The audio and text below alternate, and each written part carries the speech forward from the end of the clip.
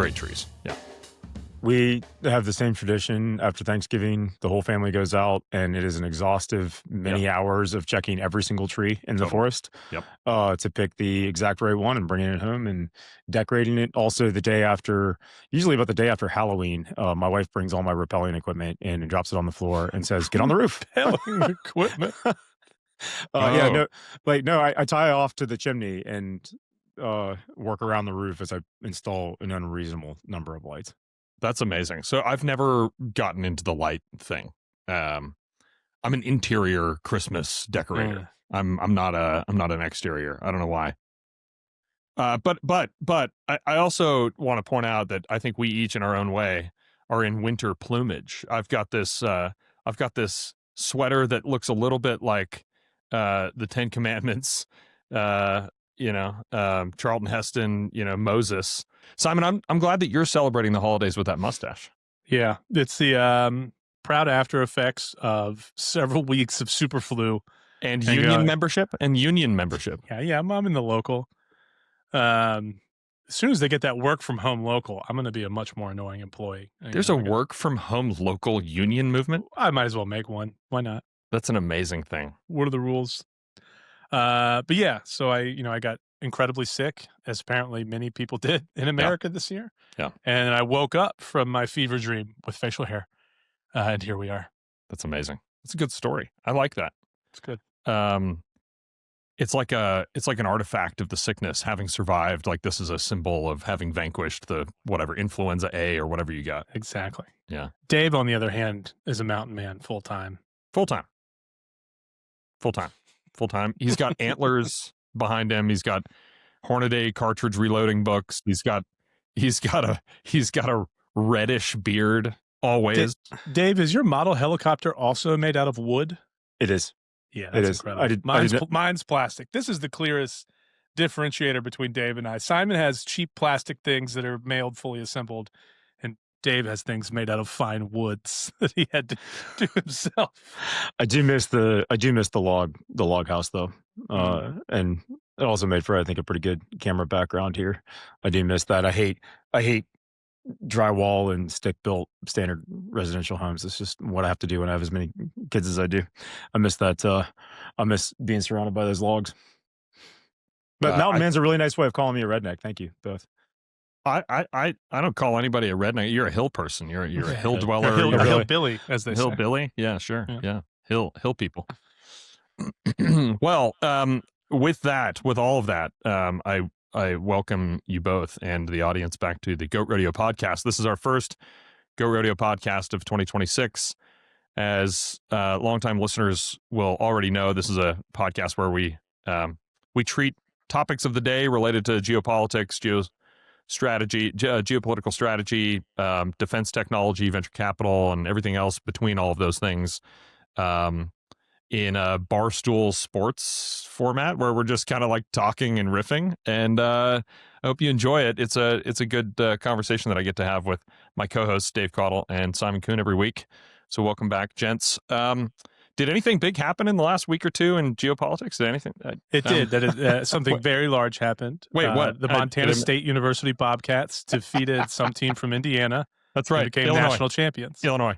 Sure, whatever. I think it was Illinois State. Doesn't matter because they got crushed. They got crushed.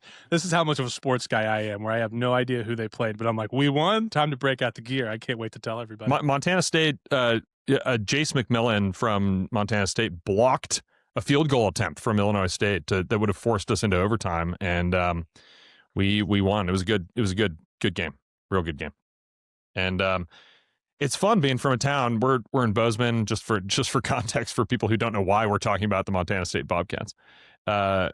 They call Bozeman, Montana home, as do I, and our company also headquarters here in Bozeman, Montana. So we get the chance to celebrate a really prolific local football squad, and it's a lot of fun. That's pretty much it. That's all the news. But I'm gonna note, Simon.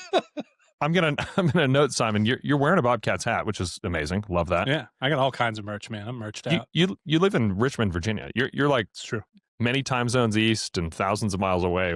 But my alma mater, Virginia Commonwealth University, doesn't have a football team.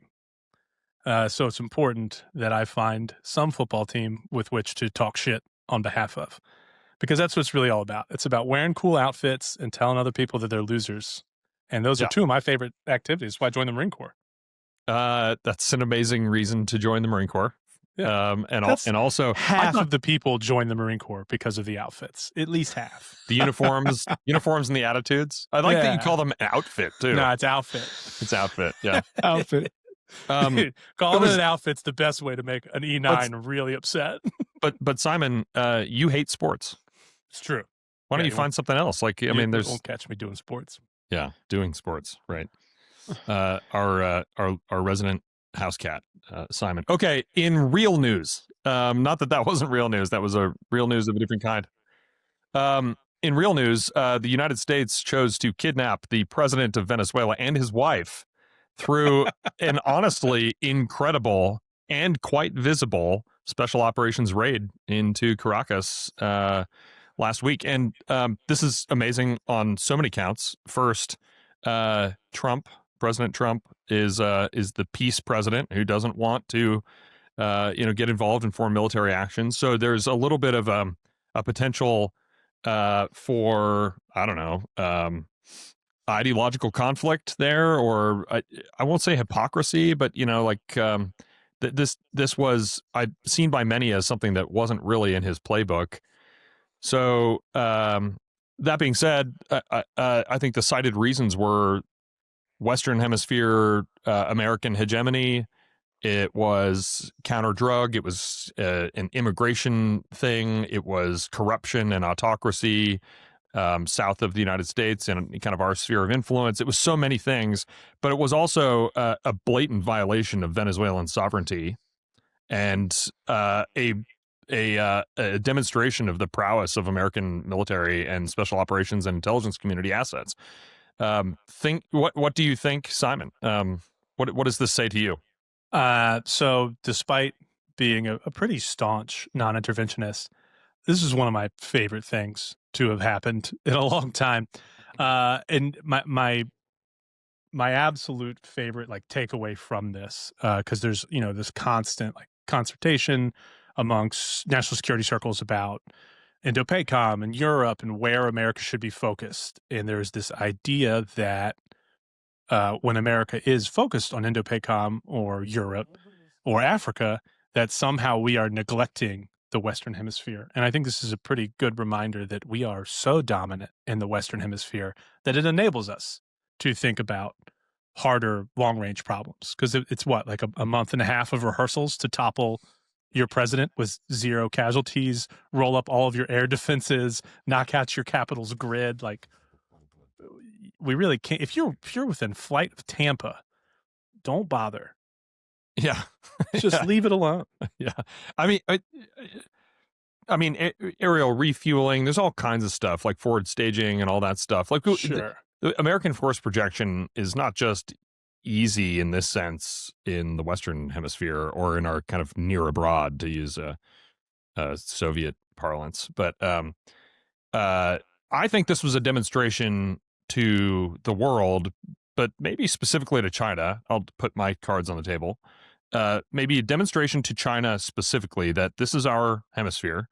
Also, your air defenses and technology and other things that you've been selling and sharing and coordinating with Venezuela is insufficient to the task of defending your airspace for any period of time. And we're going to do what we want, be warned. I think that's part of the message. And I don't see a lot of discussion about the China angle in the big geopolitical discussions going on in kind of front page news, although it is happening in more kind of specialist or niche domains on the internet. But what do you think about China as the main target for influence here?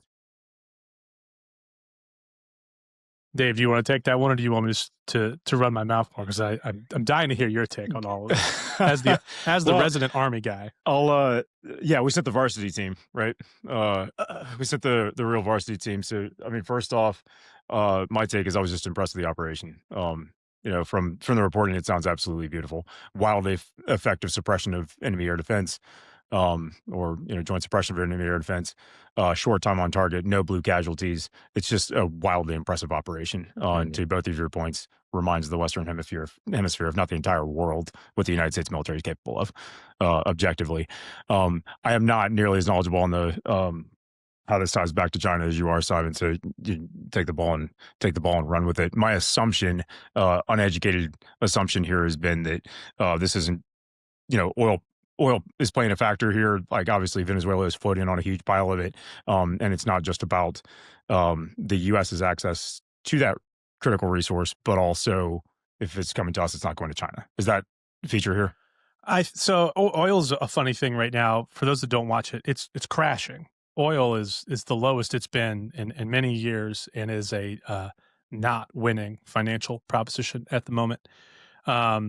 You could definitely make a case that there is some level of controlling the flow of oil, specifically to Russia and China. I am hesitant to give that much credit out for that subtlety of thinking in this space, if I'm being perfectly honest. There was an oil deal reached, right, in the 2 to 3 days after the raid. So the raid happened on January 3rd. And in the aftermath of it, the 6th and the 7th, there was an oil deal basically struck between the United States and the Venezuelan government. I think it was a $2 billion or so export deal. It redirects crude oil previously destined for China, so there is a China angle here, to U.S. ports. And so not that that's some major thing. $2 billion in the global economy is nothing. I mean, that's drops in a bucket, right? But it is an interesting signal, or maybe the first of many signals to come. Who knows about the economic angles here and the counter-China narrative. And so, I mean, obviously, there's going to be oil deals. There's going to be lots of new deals, right? There's shakeups. I think being able to predict how those things flow after something as like destabilizing as snatching your president is very hard. Like they're going to attribute victories to it, but I don't know that they're necessarily planning these like fine-tuned details. But to be clear, a $2 billion oil deal is because Venezuela can't sell its oil because Saudi Arabia has flooded the market with oil and it's worthless, relatively speaking. So like they would have sold that oil to us regardless, because they are freaking out that their oil is less valuable now because Saudi Arabia is cranking out oil. Production is crazy high at the moment. Sure. I mean, but that $2 billion worth of oil in question, at least for this narrow piece that I was describing, it was destined for China. This was China-bound oil bought on the open market by China. And so who knows what this ends up becoming over time. I Definitely think the most interesting piece of it, right? I mean, like in South American resources are going to continue to become a more important conversation. The lithium triangle and the oil and just all the stuff that's in the ground in South America that increasingly is essential to electronic vehicles and server farms and just modern products in general. This is not going to get any easier. So in the aftermath, President Trump announced that the United States would be, quote, running, close quote, Venezuela over some period of time, which sounds a lot like occupation and long-term, control and continued breach of sovereignty. Secretary of State Marco Rubio later clarified that the goal is for a smooth and successful transition to a democratically elected next government for Venezuela, and that this would simply be American influence to keep things calm over that period until transition could be effected. It is interesting, though, to kind of look into history and understand that there are some resonances and rhyming with old school, call it early 20th century American empire building, be it indirect and economic in nature or outright territory grabs, right? And who knows what happens. There's also the parallel discussion going on about Greenland and everything else. So the United States is definitely behaving in a way that it hasn't in a very long time, and maybe it's never acted quite in this way, but it definitely resonates with some historical parallels. So on that note, I want to give a shout out to Colin Demarest at Axios. For those who don't know, he writes about defense tech, does great work for Axios, but he, back in December, used a term, the Don Rowe doctrine, which I think he did very tongue in cheek, but it led to the president referring to the Don Road doctrine on his his press conference after the raid. But as far as I know, Colin was the first person to use the term, which means maybe President Trump is reading defense tech news on Axios. It could be huge for the team. I might start citing the Don Road doctrine. That's an amazing thing.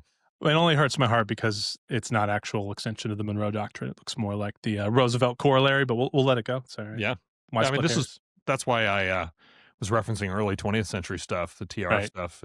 It definitely resonates. Okay, well, we're going to see how that evolves into the future, and Venezuela, no doubt, is what we've seen thus far is not the end of whatever it is that's going on. And my takeaways were that American military dominance is still alive and well, especially in the Western Hemisphere. I don't know if there are very many lessons learned for the defense technology space, except that force projection over long distances and counter air defense type stuff is still extremely relevant and is likely to evolve, given a very obvious demonstration that Chinese and Russian air defense capabilities present in Venezuela really couldn't stand up to American superiority there. Pretty interesting stuff. Let's move into venture dealbook stuff. So not a lot of activity over the holiday period, as everybody no doubt knew would be the case.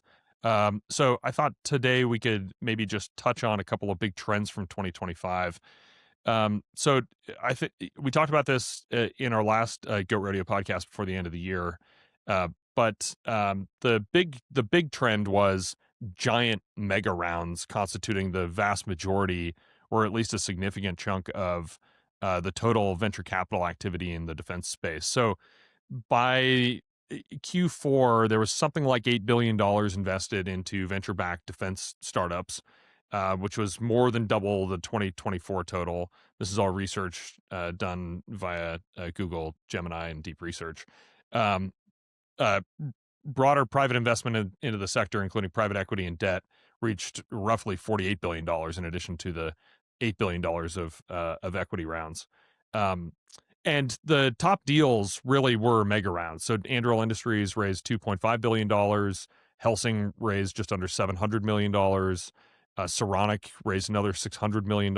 Chaos Industries, $500 million.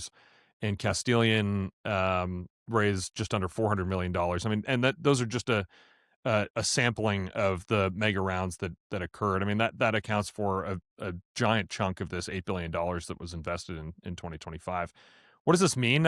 In my mind, this is the beginning of the end of the maturation phase of the big cycle in defense venture capital. In other words, I would expect that earlier stage stuff cools off and that we start seeing more investment activity into surer bets in the Series C, D, E, and beyond stages as some of the big players prep for direct listings or public offerings or M&A off-ramps. But I also don't think that venture capital is going to stop investing. I think it will only heat up over the next year or two, and that it will continue to sift and sort the big players and the clear leaders, category leaders, and winners into an upper tier that distances themselves from the earlier stage plays. And we're going to start seeing also some big fails.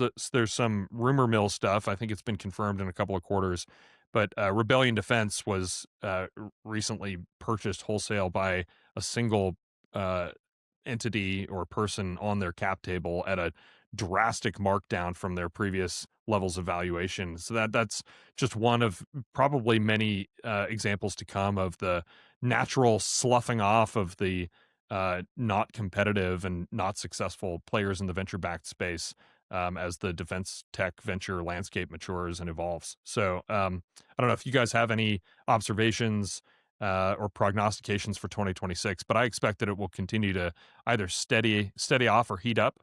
It will be alive and well. I think that will be true probably through the Trump administration.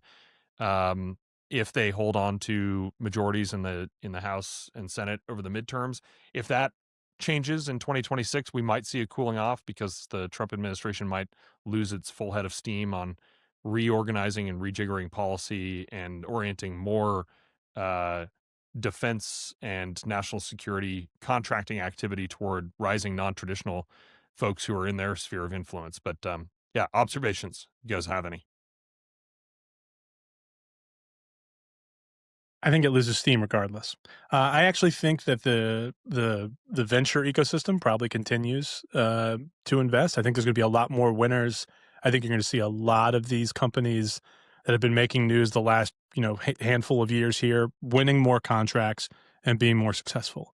However, I think that the honeymoon of the new Department of War is probably going to come to a close pretty quickly here. And that's not because I think there's going to be some like infusion of incompetence.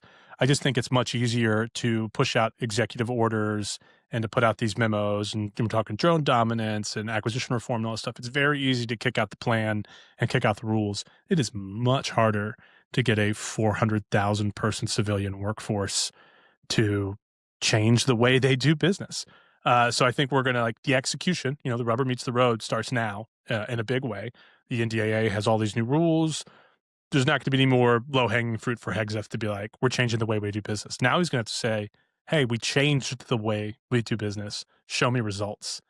And I think you're going to get a mixed bag. It'll be interesting to see who the winners and losers are, but I think it's going to be a less sunshine and rainbow-filled year than last year was as far as DoD is concerned. It's definitely easier to make big announcements and get some uplift and get some optimism and juice flowing and all that stuff. But I think you're right. Execution is everything.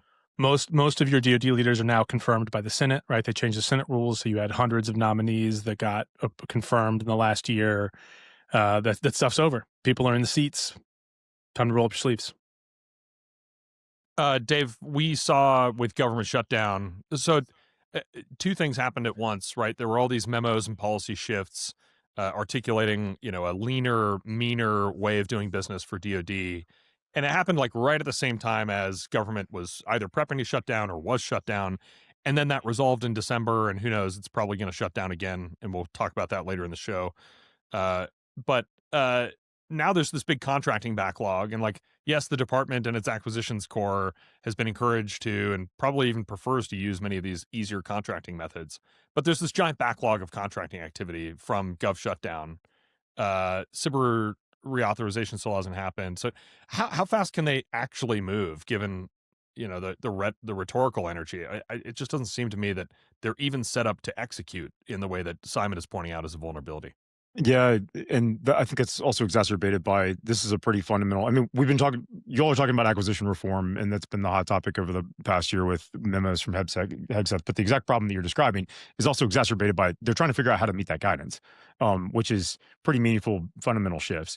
So, depending on the type of funding, the type of contract, I mean, still relatively business as usual. Yeah, there's a bit of a backlog, but there's always a stovepipe somewhere, someplace in time.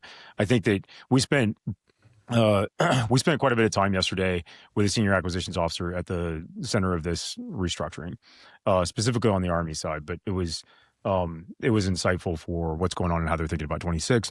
And it was all couched in a hey, if I was Reveal Technology or I was a small business, this is how I would be thinking about these restructurings and how you should be conducting yourself in 2026. And I'm interested on Simon's take on this, and I think it touches some of that funding and contracting question of yours. So we've been talking about acquisition reform, and at the center of it is this PAE realignment, right? And we've talked about this quite a bit on Goat Rodeo, but the brass tacks is essentially one commander or one senior executive, an A/ and a staff that's responsible for soup to nuts modernization from requirements generation all the way through procurement. So in theory, they're both shaping or designing the requirements process, they're controlling the funding execution, and they're directing the acquisition, the procurement, the buying strategy of the things, all under one shop. And I think there's a lot of skepticism across our communities, customers, and stakeholders that that's actually going to change anything, but that's the idea.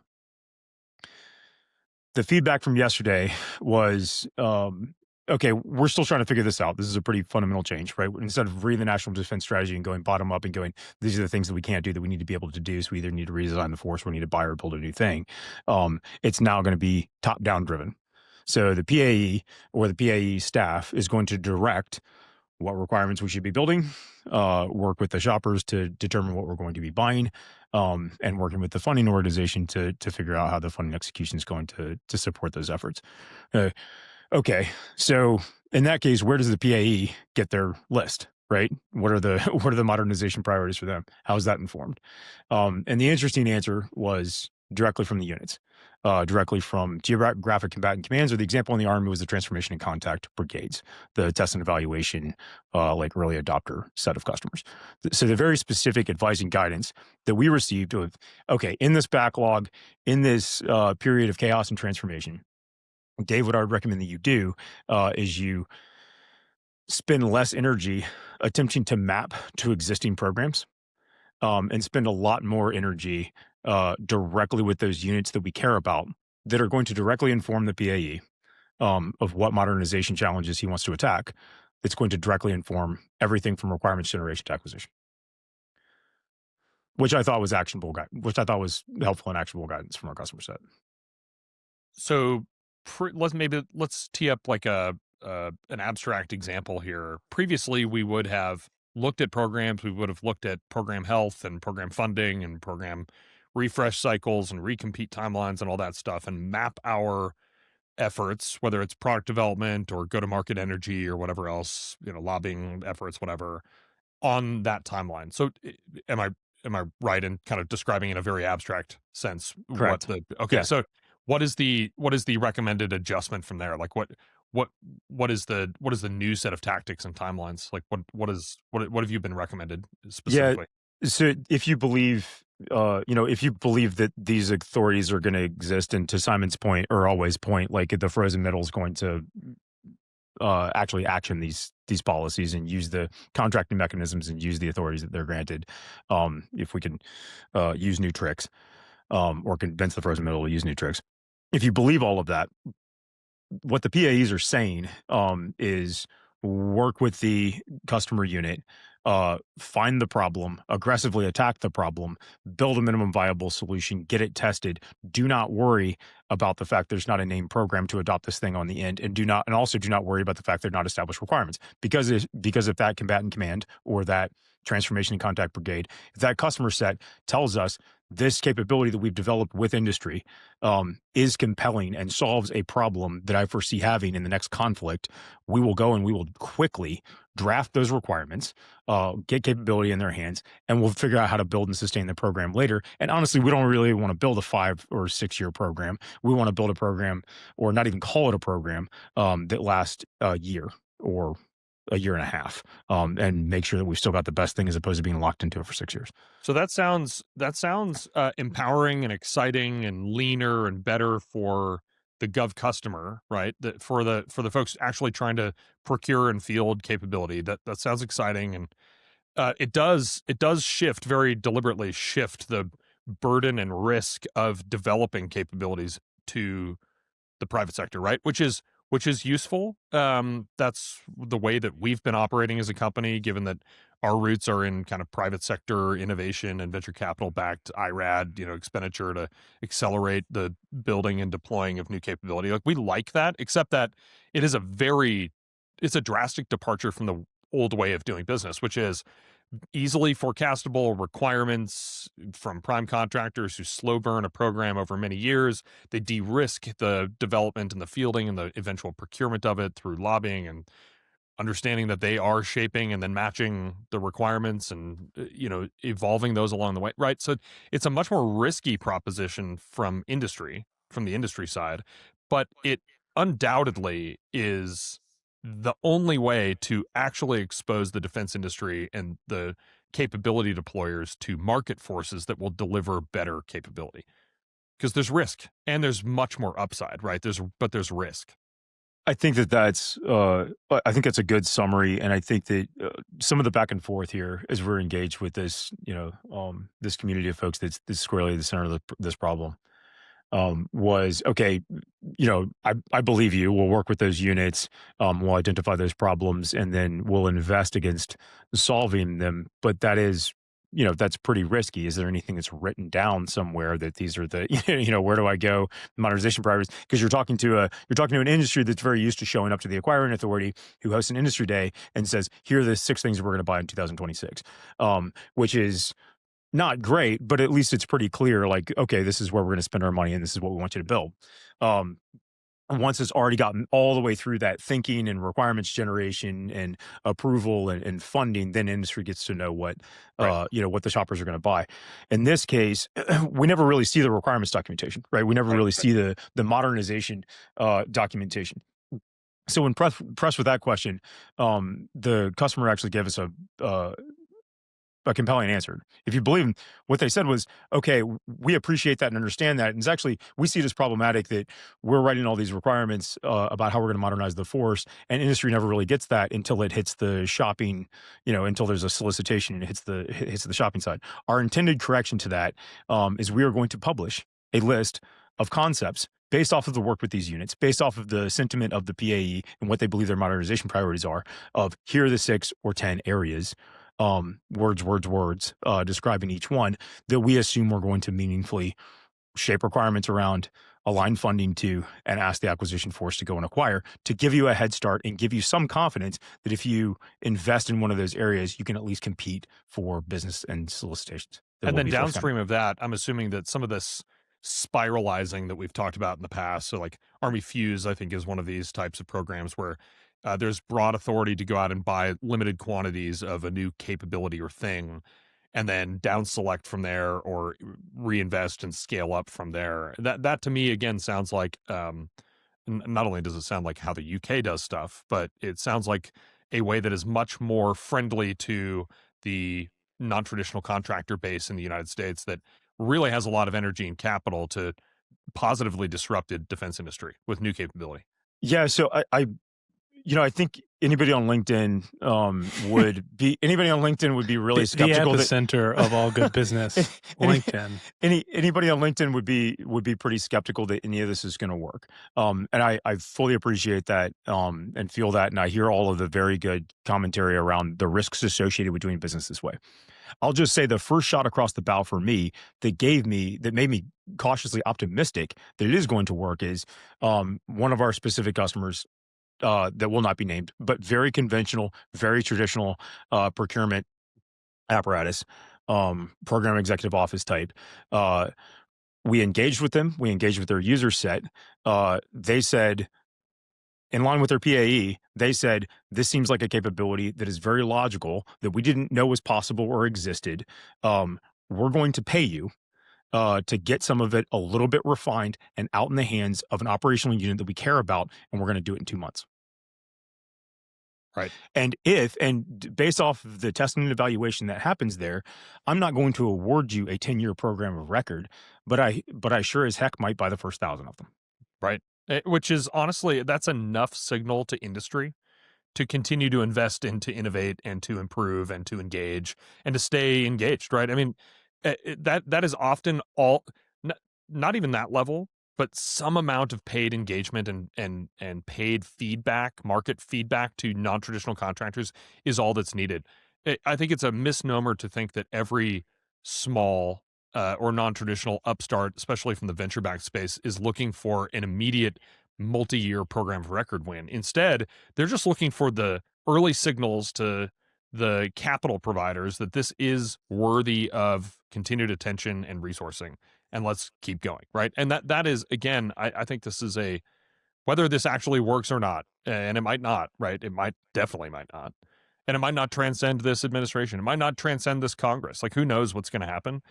But it is, in my mind, a very positive evolution in the direction that things need to go to engage the private sector in the technology and innovation ecosystem in a way that we haven't done for decades. Absolutely. And that open and honest, from a place of authority, we're going to pay you to test it.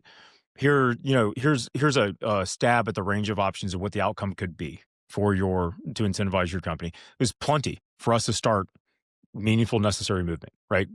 You have, after that meaningful engagement, you now have engineers that are building that thing right now. And they've motivated us to do it, and not through a long slog of RDT&E contract. Just we're going to test you. We're going to see if you're worthy. And if you are, there's a contract opportunity on the other end. And oh, by the way, we're going to pay you for the event. That was plenty to energize the entire company to get after it quickly.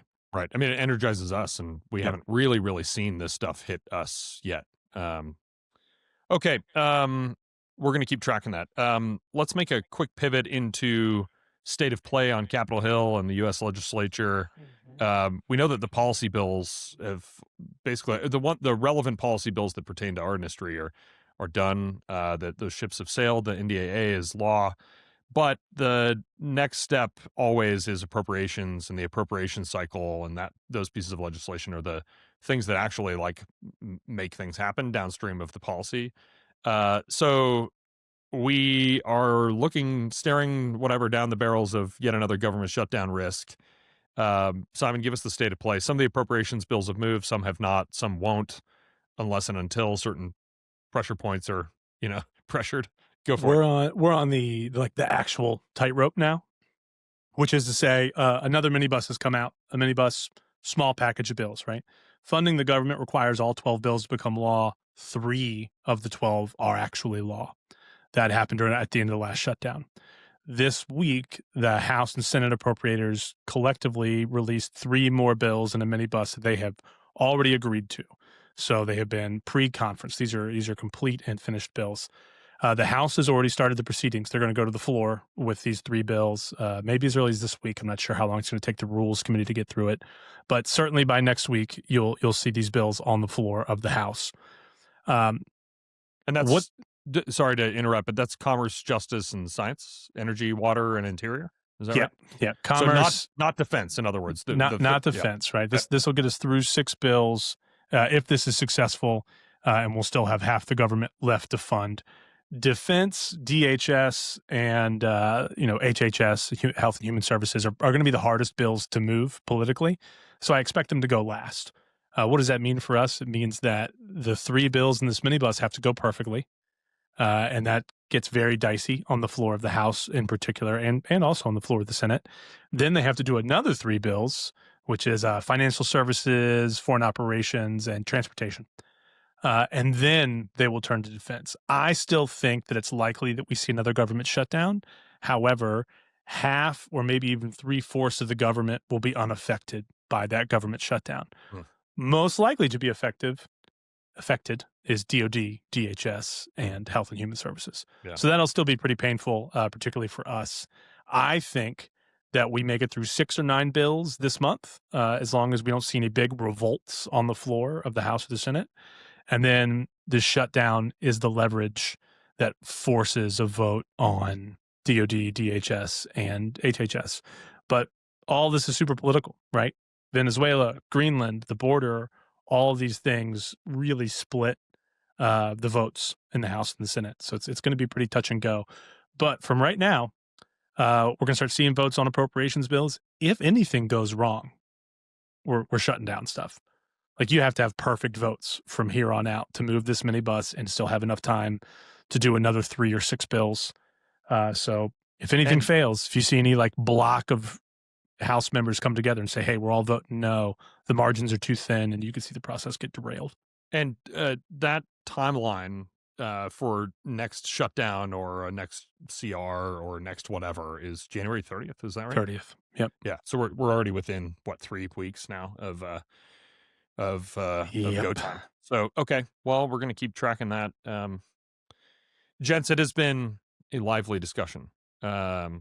And we are hitting 2026 hot out the gates, and the industry is rocking and rolling. I feel pretty damn energized. That being said, it's going to be a weird year. I think it's going to be a weird one, and we're going to be here to talk about it the whole way. So join us every week. Goat Rodeo podcast drops every Thursday morning, and we're looking forward to continuing the conversation next week. Thanks, gents.